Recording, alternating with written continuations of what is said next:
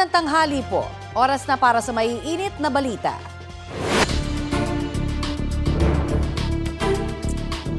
Mainit na balita, sinampahan ng reklamong kriminal sa Ombudsman ng Department of Public Works and Highways ang 25 tao at kontraktor na sangkot umano sa anomalya sa flood control projects. Ayon kay DPWH Secretary Vince Dizon, ito ay mga reklamong paglabag sa Anti-Graft and Corrupt Practices Act, pati sa Government Procurement Act at malversation through falsification of documents. Kabilang po sa mga sinampahan, ang 20 tauhan ng DPWH tulad nina dating Bulacan 1st District Engineer Henry Alcantara, Assistant District Engineer na si Bryce Hernandez, pati sina Engineer JP Mendoza at RJ Dumasig na kasama sa tinaguriang Bulacan Group of Contractors o BGC Boys. Kasama rin sa reklamo ang mga kontraktor na St. Timothy Construction Corporation, Wawaw Builders, Sims Construction Trading at IM Construction Corporation. Susubukan namin kunan ng pahayag ang mga inirereklamo. Abangan ang iba pang detalye maya lamang. Hiniling ng Department of Public Works and Highways sa Department of Justice na ilagay na rin sa Immigration Lookout Bulletin si dating DPWH Secretary Manuel Bonoan. Kaugnay pa rin po ito sa investigasyon sa maanomalya umanong flood control project sa bansa. Ipinasasama rin sa Immigration Lookout Bulletin si dating DPWH Undersecretary Roberto Bernardo, Candaba, Pampanga Mayor Rene Maglangke, pati ang kanilang mga anak. Ito'y matapos ibunyag ni Senate President Pro Tempore Ping Lacson na magkakasama ang mga anak ni na Maglangke, Bernardo at Bonoan sa MBB Global Properties Corporation. Dagdag ni Lacson ang isa pang kumpanya ng mga Maglangke na Global Crete Builders Incorporated ay nakakuha ng mahigit 2 bilyong pisong flood control project sa Bulacan mula 2018 hanggang 2024. Pumirma pa raw bilang presidente ng Global Crete si Mayor Maglangke noong 2024. Ayon kay Lacson, substandard o mababa ang kalidad ng ilang proyekto ng Global Crete. Sinusubukan pa namin kunan ng pahayag sina Maglangke at Bernardo. Dati nang iginiit ni Bonoan na hindi siya sangkot sa maanomalyang flood control projects. Ang construction firm, yung Global Crete na pag-aari ng mga Maglangke. Hindi kasama doon yung mga anak ni dating Secretary Bonoan at saka ni dating Yusek Bernardo. Ano po ang proyekto nila? Sa MBB Properties. Hindi niya binanggit na magkalapit pala sila ni Mayor Maglangke na malaking kontratista. Kasi kung magkalapit, lumalabas pagkasosyo nga yung mga anak nila. So, sabi ko nga, connect the dots.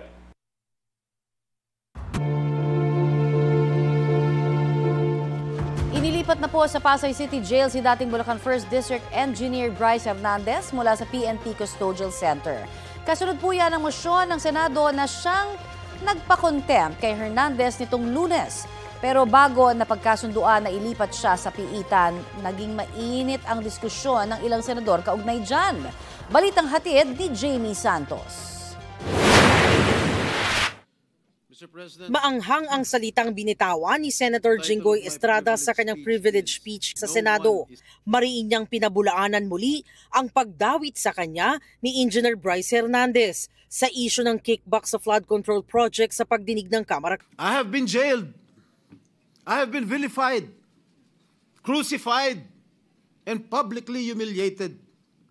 But I will never allow the likes of Bryce Hernandez to turn the tables on me. Pagkatapos ng privilege speech, naungkat ang pagkakalipat kay Hernandez sa PNP Custodial Center. Na-contempt ng Senado si Hernandez sa pagdinig noong Lunes bago siya humarap sa pagdinig ng Kamara. Martin Romualdez called me and said that their committee was allowing Mr. Hernandez to remain in the House and in the House of Representatives, and that he was requesting that he not be returned back to the Senate because of some fear for his life. So I asked the Speaker what he plans, because we cannot allow that. I said he is under our custody. and therefore he is in contempt in the Senate. Pag iniwan namin sa inyo, sabi ko, ibig sabihin niyan para namin pinawalan. Kaya dinala si Hernandez sa PNP Custodial Center para nasa supervision pa rin ng Senate Sergeant at Arms. Is there a possibility that we can commit him back here in the Senate? Of course, during the he's still under custody of the Senate, and therefore Let him be jailed here, Mr. President. indirects. We had to give in to the request of the Speaker. As we speak, the jurisdiction of the person of Bryce Hernandez belongs to the Senate. Yes, and that's why we can call him here anytime we need him. Tanong ni Senate Minority Leader Alan Peter Cayetano, bagamat nire-respeto raw niya ang desisyon ni Soto, ito ba ang bagong patakaran ng Senado? Because under the present rule, kung sino may jurisdiction, siya yung magde-decide. So, What we did was what we call parliamentary courtesy in accepting the proposal that he be not returned here but still under the care of the Senate. We have also placed a witness to Muntinlupa, if you will recall. Yes. We also even sent somebody to the Pasay City Jail. So I don't see any reason why we cannot commit this particular fellow to the PNP Custodial Center. Giit naman ng dating Blue Ribbon Chairman na si Senador Rodante Marcoleta, di dapat baguhin ang patakaran. Nagmosyon siyang ibalik si Hernandez sa Senado. Not only because this is the condition that you gave them, but more importantly, in order to erase the perception that if he is here in the Senate, he is not safe. I will reject the idea that if he returns in the Senate, manganganib ang buhay niya. Nagpatuloy ang mainit na palitan ng opinyon. Yes. Ibig bang sabihin po, Mr. President, nawawala ng visa yung ginawa namin? Hindi.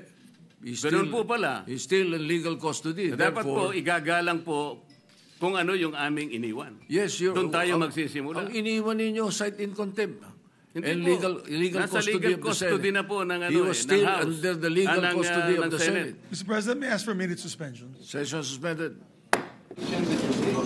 Sa huli, nagmosyon si Estrada na ilipat na si Hernandez sa Pasay City Jail, na agad namang sinang-ayunan ni Majority Leader Senator Mig Zubiri. Walang tumutol, kaya nagdesisyon si Soto na agad na ilipat ng USAA si Engineer Bryce Hernandez sa Pasay City Jail. Jamie Santos, nagbabalita para sa GMA Integrated News. Suspendido ng 70 araw ang mga driver's license ng 5 tinaguriang Bulacan Group of Contractors o BGC Boys. Kabilang po dyan sina dating Bulacan 1st District Engineer Henry Alcantara, Assistant District Engineer Bryce Hernandez, JP Mendoza, Edric San Diego at RJ Domasig. Ayon sa Land Transportation Office, ipinataw ang suspensyon dahil sa paggamit nila ng peking driver's license na kanila rin daw ginagamit para makapasok sa kasino. Ipinagbabawal po sa isang empleyado ng gobyerno na magsugal o pumasok sa kasino. Dagdag ng LTO, posibleng bawiin ng tuluyan ang kanilang mga lisensya at pagbawalan silang mag-apply muli para sa panibago. Una nang inamin ni Alcantara sa Senado na gumagamit siya ng peking ID para makapagkasino. Sinusubukan pa namin kuna ng pahayag ang 5 nabanggit kaugnay sa suspensyon ng kanilang driver's license. Nagulat ang ilang taga La Libertad, Negros Oriental matapos magkabaha roon kahit wala namang ulan. Umapaw daw kasi ang ilang ilog doon. Kabilang po sa mga niragasan ng tubig ang Barangay Pakwan. Pahirapan tuloy ang pagtawid ng mga residente. Ang iba naman ay stranded sa tabing ilog. Inaalam pa ng mga otoridad kung saan nanggaling ang rumagasang tubig.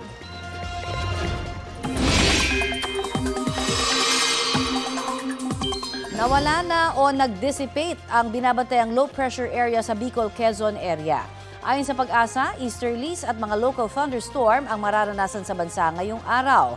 Pinakaapektado ng ulang dulot ng easterlies ang Bicol, Aurora, Quezon Province at Marinduque. Sa mga susunod na oras, uulanin ang halos buong bansa kasama ang Metro Manila base sa rainfall forecast ng Metro Weather. Posible ang heavy to intense rain sa maaring magdulot ng baha o landslide. Sa gitna ng mataas pa ring tsansa ng ulan ngayong araw, patuloy na nagpapakawala ng tubig ang Ambuklao, Binga at Magat reservoirs. Tig-isang gate ang nakabukas sa mga nasabing dam. Sa mga susunod na araw, posibleng may mamuumuling sama ng panahon. Sa threat potential forecast ng Pag-asa, hanggang sa September 16, isang LPA ang maaring mamuo sa Philippine Sea at lalapit sa Southern Luzon, Visayas at Mindanao. Posible ring magkaroon ng isa pang sama ng panahon sa Pacific Ocean, pero hindi ito inaasahang papasok sa Philippine Area of Responsibility. Ito ang GMA Regional TV News. Mainit na balita mula sa Luzon, hatid ng GMA Regional TV. Patay sa engkwentro ang isang hinihinalang miyembro ng New People's Army sa Rojas Oriental, Mindoro. Chris, ano ba ang detalye niyan? Connie, nangyari ang engkwentro nang makatanggap ng impormasyon ng Philippine Army na may mga NPA sa Barangay San Vicente. Ayon sa 203rd Infantry Brigade, umabot ng 10 minuto ang palitan ng putok ng baril ng dalawang panig. Hindi pa nakikilala ang nasawi. Wala namang sugatan sa panig ng mga militar. Nakuha sa lugar ng engkwentro ang isang baril, 2 magazine ng baril at medical kit. Sumiklab naman ang sunog sa isang bahay dito sa Dagupan, Pangasinan. Sa video, kita ang mga residente na nagtutulungan para maapula ang sunog sa Barangay Maluwad. Dumating din ang mga bumbero at naapula ang sunog matapos ang 1 oras. Umabot sa 300,000 piso ang halaga ng pinsala. Wala namang nadamay na katabing bahay o nasugatan sa insidente. Naabutan ng news team ang nagpakilalang may-ari ng bahay. Inamin niyang siya ang nanunog ng bahay dahil umano sa kalasingan. Nasa kustodiya na siya ng pulisya at maharap sa kaukulang reklamo. Wala pa siyang pahayag. Binuksan ng lalaking yan ang roll-up door ng computer store na yan sa Quezon City hanggang sa makapasok siya.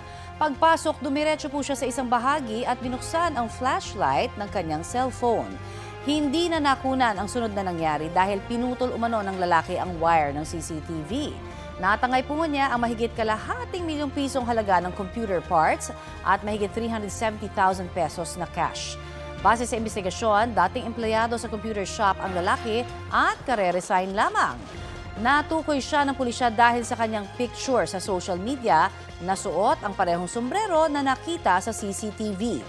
Sa backtracking ng CCTV, nakitang may kasabot siyang isa pang lalaki. Pareho silang arestado sa magkahiwalay na operasyon. Nabawi sa kanila ang mga ninakaw na laptop at computer parts, pati ang cash pero mahigit 270,000 pesos na lang. Aminado ang mga suspect sa krimen.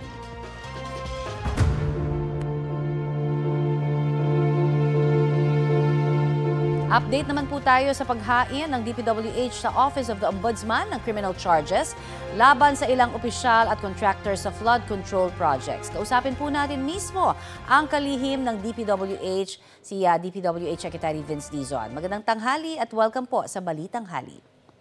Magandang tanghali po, Connie. Magandang tanghali. Okay, para po doon sa mga nanonood sa atin, baka pwede niyo po ma-explain kung gaano nga ba kahalaga ito pong pagsasampa ninyo ng reklamo sa Office of the Ombudsman laban sa ilang opisyal at contractors na sangkot po sa maanumalya umanong flood control projects. Salamat, Connie. No? So, ayon na rin sa direktiba ng Pangulo natin na bilisan na ang aksyon dito sa na-discover nating mga napakalaking pagnanakaw ng kaban ng bayan dito sa DPWH. Nag-file po tayo ngayon ng kauna-unahang complaint laban sa 20 na opisyal at empleyado ng DPWH at 4 na kontraktor. No? So 25 total individuals. No? Ang kasama na rin dito yung district engineer ng Bulacan, si Alcantara, yung assistant at yung ibang engineer sila, Hernandez, Mendoza, at iba pa, no? At kasama din po sila Sara Diskaya, yung may-ari po ng Wawaw at yung may-ari ng Sims. So lahat po ito ang kauna-unahang kasong final natin. Ang kaso po ay Anti-Graft and Corrupt Practices Act, malversation through falsification of public documents, at violation po ng RA 9184. Yung dalawa pong unang kaso, non-bailable po yun at lahat po ng mga parusa nito ay life imprisonment. At ito hong 20 taga-DPWH na sinampahan ninyo ng reklamo, considered dismissed na po ba sila mula sa ahensya? Nagsimula na tayo. Meron po sa kanila, dismissed na. Yes po, opo. Meron, yung iba po nasa proseso na po ng pagpapadismiss natin. I see. Pero lilinawin lang ho din natin, bukod po ito sa posibleng makasuhan pa sila mula sa investigasyon ng Senado, Kamara, at ito pong bubuuing independent commission, sir. Tama po yan. Ito pa yan po ang una sa, tingin ko po, napakarami po ng mga kasong ito sa mga susunod na linggo at susunod na buwan. Okay. At magagamit din ho ba itong i-file ninyo sa Ombudsman para mapabuksan po sa AMLAC siguro yung kanila pong mga bank records na hinihingi naman ng ilan pong mga nag-iimbestigang ahensya, no? Particular na po ang Senado, pati na rin po itong Kamara? Opo. Ano po, pinag-aaralan na po namin ito, ay inaayos na rin po namin ang mga papeles para dito at siguro po sa mga susunod na araw, magagawa na po natin ito. Okay. At ilan po sa mga niimbestigahang proyekto ay nabuo po sa ilalim ng panunungkulan ni dating DPWH Secretary at ngayon po Senator Mark Villar. Natanong niyo rin ho ba siya, gaya ho ng naging konsultasyon nyo ng mga dating Secretary si Rogelio Babe Singson at Jose Ping de Jesus tungkol po dito sa mga aligasyon na kung saan nababahiran din ho naman ang kanya pong dati hong pagiging Secretary ng DPWH? Kami po ay nagsischedule na lang po ng meeting.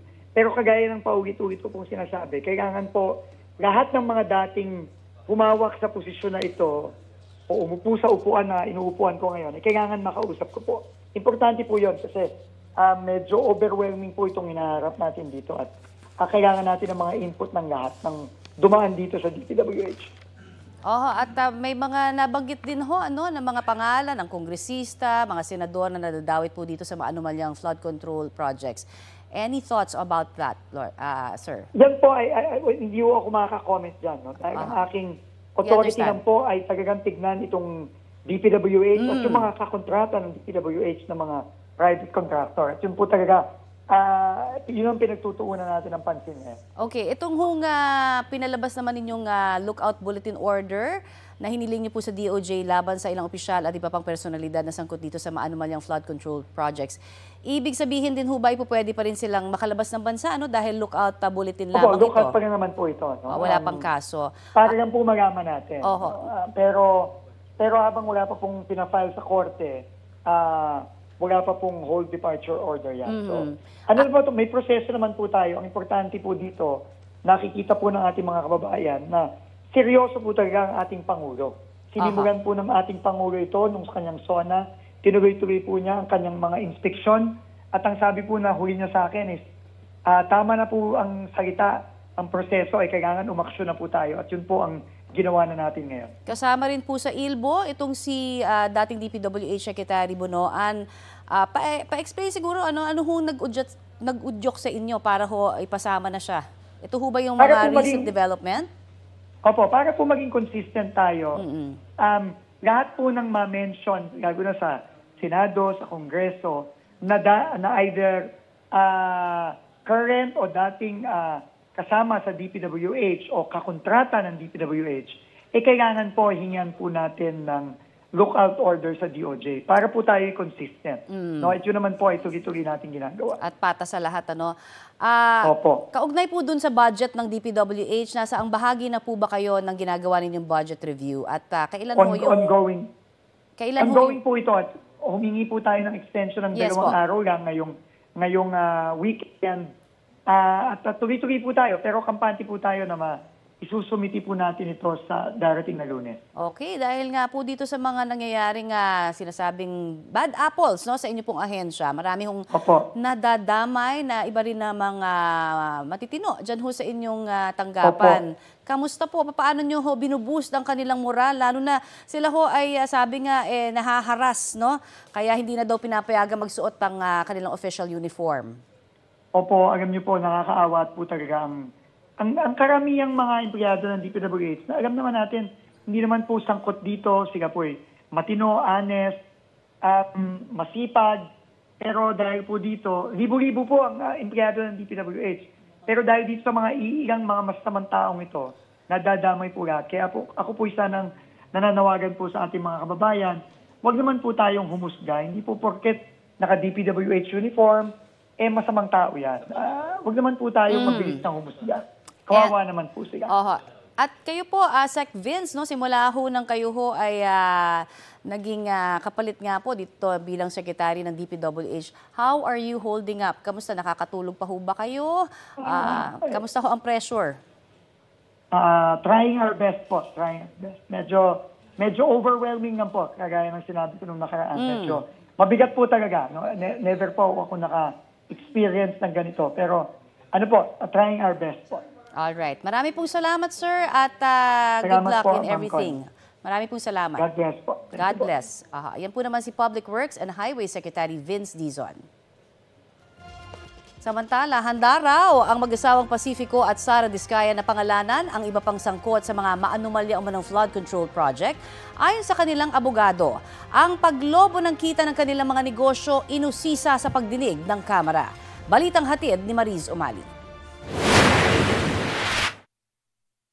Sa audit financial report na isinumite ng mag-asawang Diskaya sa Securities and Exchange Commission o SEC na pinag-aralan ni Iloilo Congresswoman Janet Garin, makikitang noong 2016 ay nasa 99.2 million pa lang ang kita ng mag-asawang Diskaya. Pero pagdating ng 2017, lumobo yan ng 942% at naging mahigit 1 billion pesos na. Tumaas pa yan sa 12 billion pesos noong 2018 hanggang maging 13.5 billion pesos noong 2019. Bahagya lang yang bababa sa 11.6 billion pesos noong 2020 kung kailan tumama ang COVID pandemic. 2021, umakyat ulit ang kinita nila at naging 16 billion pesos bago pumalo pa sa 20 billion pesos noong taong 2022. Pinakita ko na habang tayo'y nasa pandemya, marami naman palang pera, ba't pa tayo nangutang? Kaya sila gumawa ng napakaraming kumpanya because by the start of 2015, nagka-idea, 16, 17, 18, 19, 20, 21, until 2022, dun bumaha. And the figures that I was showing was the revenue from construction of government projects, national government projects, excluding local. Paliwanag ni Pacifico Curly Diskaya, hindi pa nabawas dyan ang kanilang puhunan. Gross revenue lang po yan, Honor. May mga lugi pa po dyan. Paliwanag naman ngayon ng kanyang abogado na si Attorney Cornelio Samaniego III. Yung mga sinasalihan nilang proyekto, malalaki. And take note, yung siyam na kumpanya, quadruple A lahat. Kung qualified siya at siyang nakakuha, definitely magkakaroon ng income. Nilinaw din ng abogado ng mga Diskaya ang nabanggit ng kanyang kliyenteng si Sara Diskaya sa Senado na sabay-sabay kong mag-bid sa isang proyekto ang kanilang mga kumpanya. Hindi ho sabay-sabay. Rattled si ma'am noon sa Senate Pagod na, walang tulog, pressured. Normal ho yun sa isang tao na hindi saray sa ganyan. May dagdag paliwanag din ang abogado sa kung bakit walang nabanggit ang mga Diskaya nang tanungin ni Batangas Representative Jervy Luistro kung mayroon din bang mambabatas na nanghingi ng kickback sa kanila nung panahon ng nagdaang administrasyong Duterte. Lalo't yan din ang panahon kung kailan din lumobo ang kita ng mga Diskaya. This only shows, Mr. Diskaya, that the revenue that you are generating during the former administration, 2016 to 2022, is bigger than the revenue that you are generating under the current administration. Sabi ni Ginoong Diskaya, may mga nanghingi pero hindi aniya natutuloy dahil pinapadyaryo niya umano. Kaya hindi na niya isinama ang mga ito sa sinumpaang salaysay na isinumite sa Senado. Wala naman pong nanghihingi sa amin kaya mapapansin niyo po, ang nakalista lang po dito ay during lang po, sa 2022 lang po. Sabi naman ng abogado nila ngayon. Pero ang sentro kasi ng pagdinig natin sa Senado, sa House of Representatives through the TRICOM, ay yung pong nangyaring flood control anomalies from July 2022 hanggang itong kasalukuyang panahon. Bakit naman tayo lalabas at lalagpas? So, hindi naman po selective memory. Gayunman, handaan niyang pangalanan ng mga Diskaya ang iba pang sangkot sa questionableng flood control project kung iuutos ng Kongreso. Walaan niyang ghost project ang mga Diskaya. Pag-uusapan pa raw ng Infrastructure Committee kung kailan nila itatakda ang susunod na pagdinig, kung saan iimbitahan daw muli ang mga Diskaya at iba pang mga personalidad na lumutang sa pagdinig. Mariz Umali nagbabalita para sa GMA Integrated News. Arestado sa Maynila ang dalawang lalaking nagpakilalang kontraktor na ginagamit umano ang pangalan ng ilang opisyal ng Philippine National Railways para makapangikil. Balitang hatid ni Jomer Apresto. Himas rehas ang dalawang lalaking yan matapos silang arestuhin ng pulisya sa loob ng compound ng Philippine National Railway sa Tondo, Maynila kahapon. Ang mga sospek, mga private contractor umano na ginagamit ang pangalan ng ilang opisyal ng PNR para makapangikil ng pera. Ayon sa pulisya, nag-ugat ang operasyon matapos personal na marinig ng gwardya ng PNR ang 60 taong gulang na sospek habang kausap sa cellphone ang 57 taong gulang na sospek. Pinagplanuhan daw ng dalawa ang kanilang modus. Nagpanggap umano ang dalawa. Nakakilala si PNR Chairman Michael Ted Macapagal. Mayroon kasi silang katransaksyon noong araw na yun na pagbebentahan nila ng mga scrap metal ng PNR. Ito yung dalawang papakilalang sila yung nanalong bidder doon regarding sa mga scrap dyan sa loob ng PNR. Agad na hinuli ang senior citizen na suspect at sakto naman na dumating din sa lugar ang kanyang kausap sa cellphone na hinuli rin ng mga otoridad. Sabi pa ng pulisya, nagpapakita pa ng mga peking dokumento at litrato ang dalawa para mapaniwala ang kanilang mga biktima. Pagkabayad sa kanila, siguro akala may mga papel sila na pagdating doon sa loob, wala pala silang makukuwang item doon sa loob ng PNR kasi peke nga yung mga papelis na dala nila. Bukod sa pagpapanggap na sila ang mga nanalong bidder, nag-aalok din daw ang dalawa sa iba pang contractor na mabibigyan sila ng proyekto sa ilalim ng PNR kapalit ng malaking halaga ng pera. Kaya nga ito nga pinapanawagan natin na yung mga nabiktima nila ay pumunta rito sa ating station at mapailan ng kaukulang reklamo itong dalawa na to. Inimbisigahan natin, merong isa ron, meron siyang kapangalan na estafa cases sa Valenzuela at bine-verify pa natin. Sinubukan namin kausapin ng mga suspect pero tumanggi silang magbigay ng pahayag. No comment. Maharap sa reklamong usurpation of authority ang mga suspect. Sinusubukan pa namin makuha ng pahayag ang pamunuan ng PNR. Jomer Apresto nagbabalita para sa GMA Integrated News.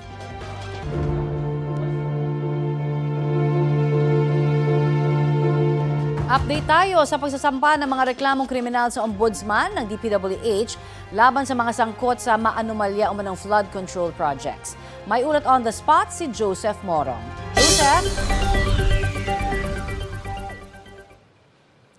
Kanina mga isinampang mga reklamo ng DPWH ang unang formal na reklamo na isinampa ng gobyerno simula ng pumutok itong kontrobersiya sa flood control projects. Si DPWH Secretary Vince Dizon mismo ang tumayong complainant sa Ombudsman para sa mga reklamong paglabag sa Anti-Graft and Corrupt Practices Act, malversation of public funds at paglabag sa Government Procurement Act. Ito ay laban sa 20 opisyal ng DPWH mula sa DPWH Bulacan District 1 sa pangunguna ni dating District Engineer Henry Alcantara, dating Assistant District Engineer Bryce Erickson Hernandez, Chief Construction Section JP Mendoza. Kasama sa hinainan ng reklamo ang 4 na construction companies na may 5 individual. Sim Construction Trading at Manager nitong si Sally Santos, Wawaw Builders at may-ari nitong si Mark Alan Arevalo, St. Timothy Construction Corporation at ang mga may-ari nitong sina Maria Roma Angeline Rimando at si Sara Rowena Discaya at IM Construction Corporation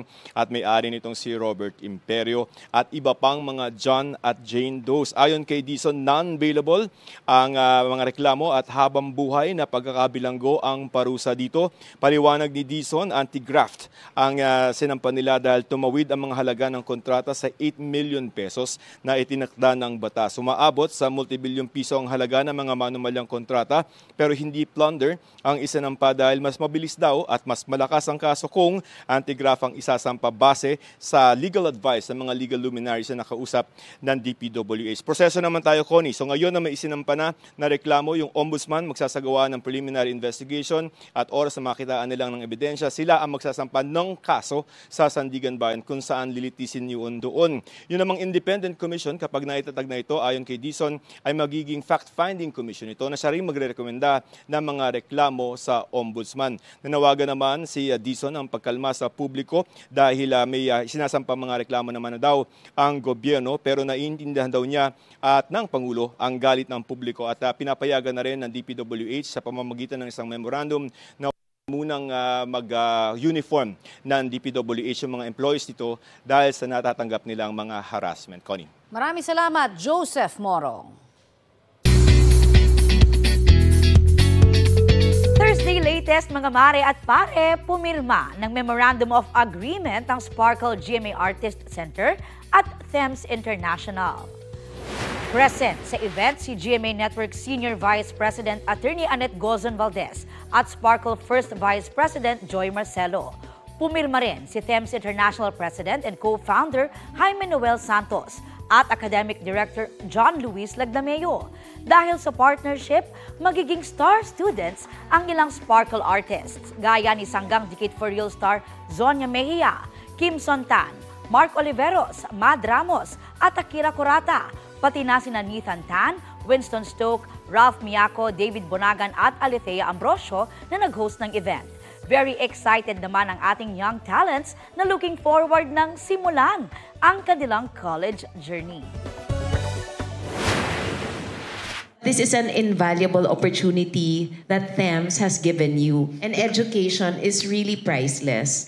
You learn not only knowledge, but more importantly, the discipline of learning, which you will carry for the rest of your lives.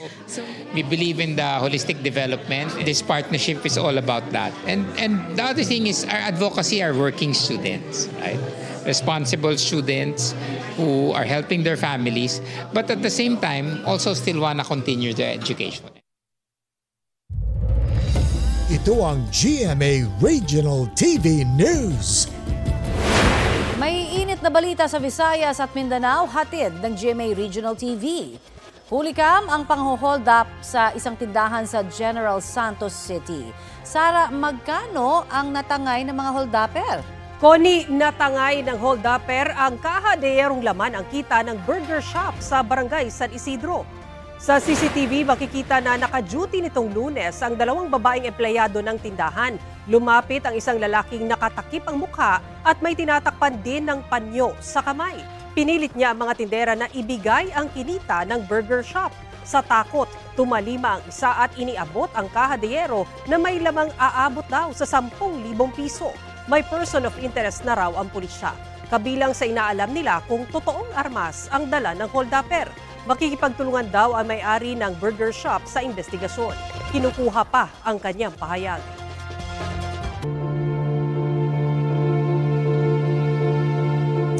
Sa punto pong ito ay nakasalang sa Balitang Hali ang bagong Senate President na si Vicente Soto III. Magandang tanghali po at welcome sa Balitang Hali, sir. Magandang tanghali po, Connie, sa lahat po ng nanonood sa inyo. Magandang tanghali po. Okay, pakikibalita lamang ho kami, no, in detail sana para doon po sa mga nagtatanong kung bakit hindi nyo nga ho pinirmahan itong rekomendasyon ni Senator Marcoleta na maging state witnesses, ito pong mag-asawang Diskaya. Una sa lahat, nung nag-testify sila sa Senate dati, iba naman ang sinabi nilang mga testimony doon sa House. Tapos, itong Lunes ng umaga, nung nag-testify sila uli, we must verify their statements. Hindi pwedeng madalian, gagawin mo agad state witness dahil nagustuhan mo yung sinabi. Gagastusan sa ng pamahalaan. Tayo pa gagastos sa kanila. At ang sinasabi ni Secretary Boying Remulla, ang pumapasok sa state witness, lalo na sa mga ganitong klase, magbayad mo, ibalik nyo muna yung perang na kinuha nyo o ninakaw ninyo. At pagkatapos nun, magsabi kayo ng lahat. Tell all, hindi tell half. Paano, ano yun? Basta na lang papayag ako na gawin nating state witness or bigyan ng immunity. Binibigyan ng immunity. Teka muna, sabi ko, nung iabot sa akin ng Lunes ng gabi, na ako na ang Senate President, mabuti na lang, ako na yung Senate President, di ko alam kung anong gagawin ng iba. Hindi ko pwedeng pirmahan yun. Sabi ko, kailangan i-refer muna ito sa Blue Ribbon uli. At alam ko kasi kinabukasan, papalitan namin siya. Alam kong si Senator Lacson na uupo. Sabi ko nga, ba't ba minamadali? Ba't minamadali ang paggagawa nito na state witness kung ano-ano pa lang yung sinabi. At nung pagdating doon sa House na testimony niya, number 1 na kagad si Vico Soto, nag-testify si Mayor, sabi, napakasinungaling daw ng mag-asawang yan. Lahat daw na sinasabi, walang totoo. Kilalang-kilala niya dahil ang tagal sa Pasig at saka yung mga yung mga kontrator sa Pasig dati bago siya umupo, sila may hawak puro daw palpak Di ba? So ba't papayag akong bigla? Are you inclined to believe, Senate President Soto, na yung mga kumakalat po na baka nagkaroon nga daw ng prior na pag-uusap o deal sa pagitan daw ng senador at ito pong mga diskaya? May mga nagsasabing ganun, pero wala naman akong direct information to that effect pero dapat yan alamin natin.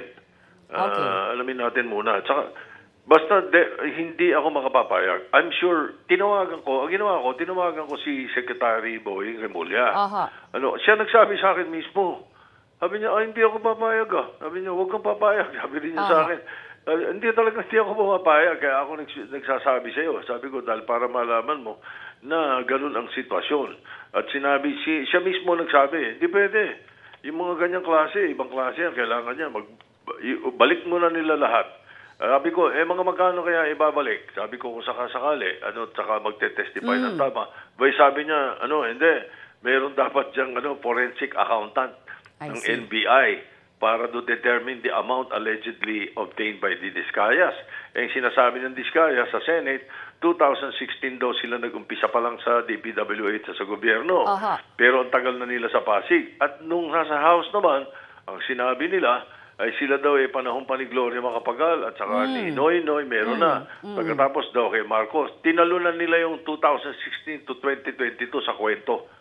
Paano mong gagawin state witness yun? Sige nga. Okay, so ibig sabihin, kung sakasakali na mag-decide nga po ang mga Diskaya to tell all at ibalik nila kung ano man yung mga na-determine po na mga sabihin na natin na nakuha po nila, na illegally na nakuha, will you be open at sila ho ba ay mako-consider na least guilty sa sitwasyon na ito? Then we will follow the rule of law. Pero hindi naman least guilty ang hinahanap, ang pwedeng mag-state witness para makorek din natin yung thinking na yan Ang pwedeng mag-state witness, yung not most guilty. Not most guilty. Not most guilty, yun ang pwede. Baka sila yung most guilty, hindi natin masabi. Hindi ba? Depende kasi. So,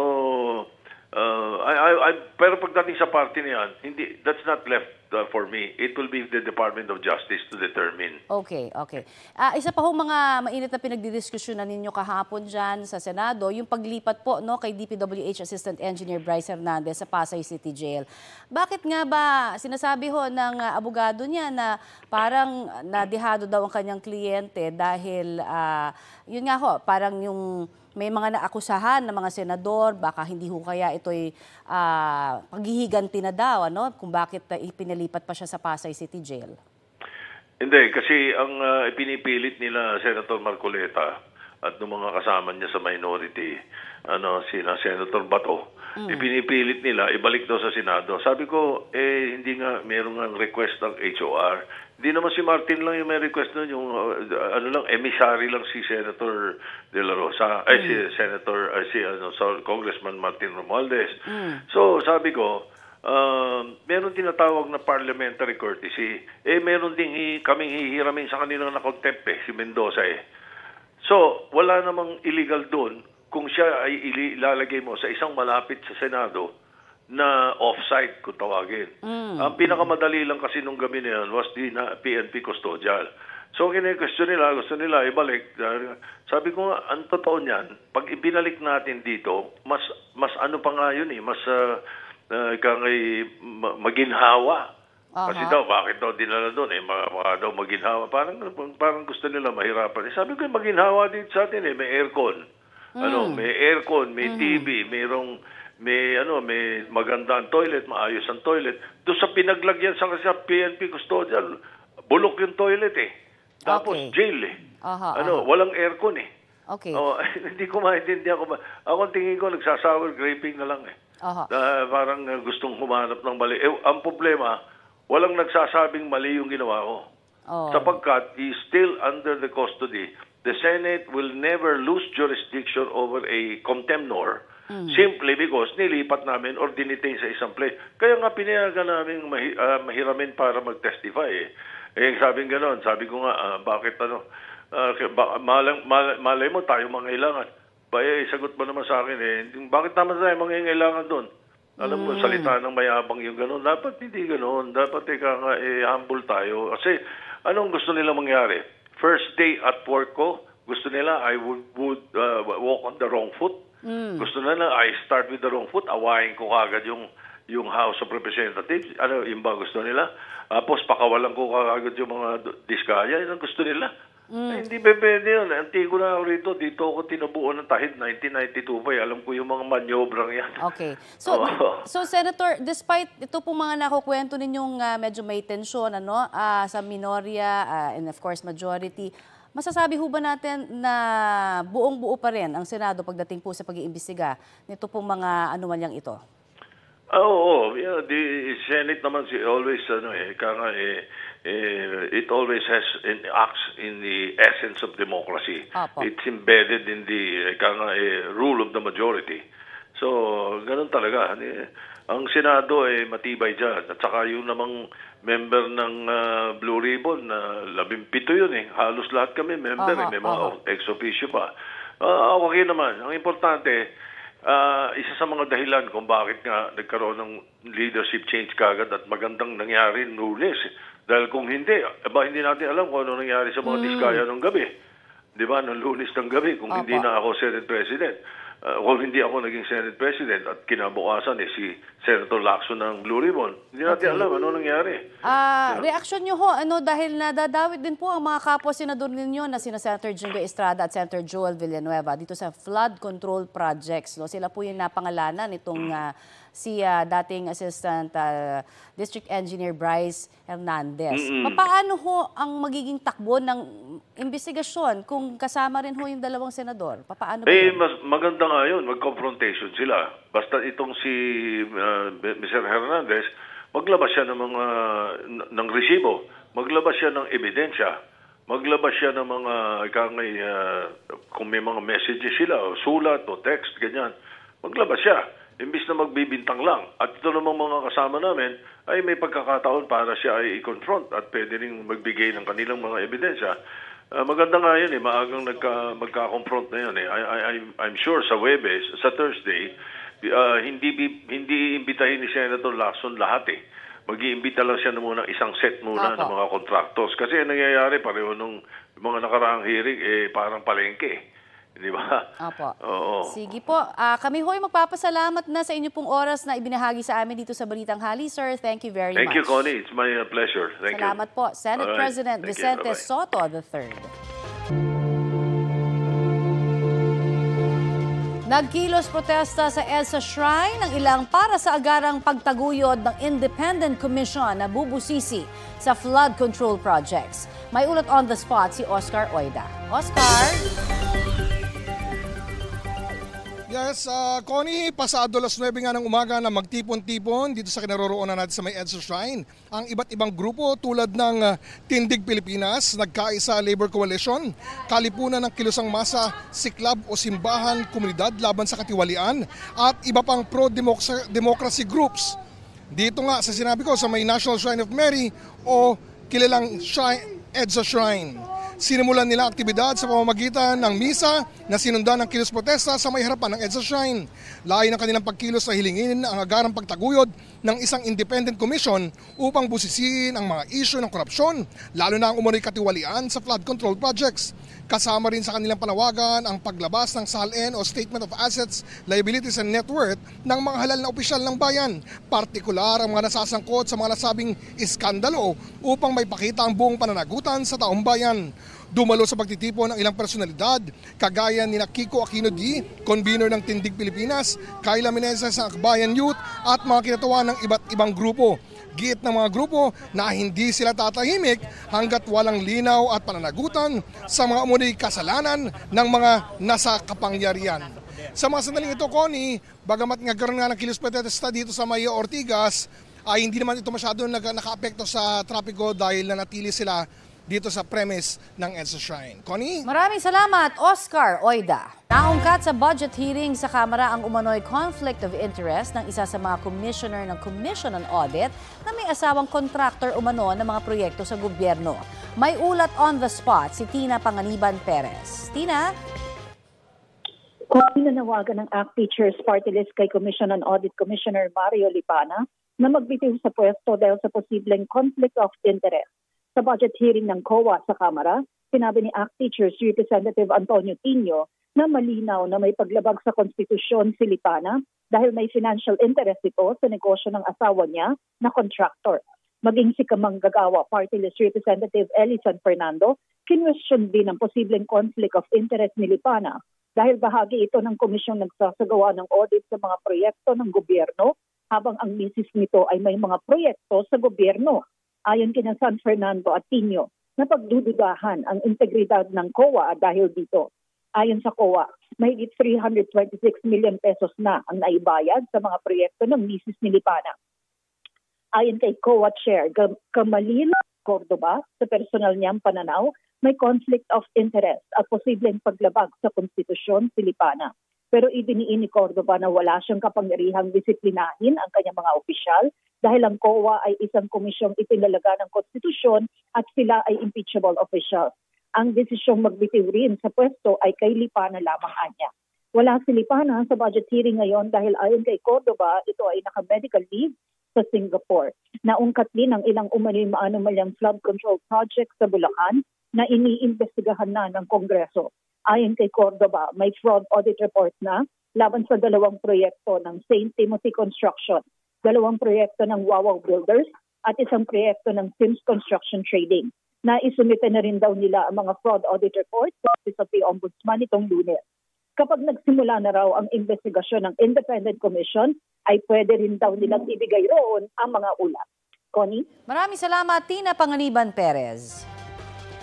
Epektibo na ngayong Setyembre ang dagdag pensyon para sa mga pensyonado ng Social Security System. Sa ilalim po ng SSS Pension Reform Program, may 10% na pagtaas sa retirement at disability pension at 5% naman sa survivorship pension.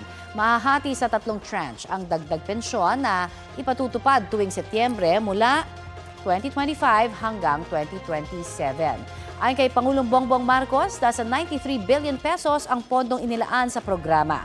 Halos 4 na milyong pensyonado raw ang makikinabang sa programa.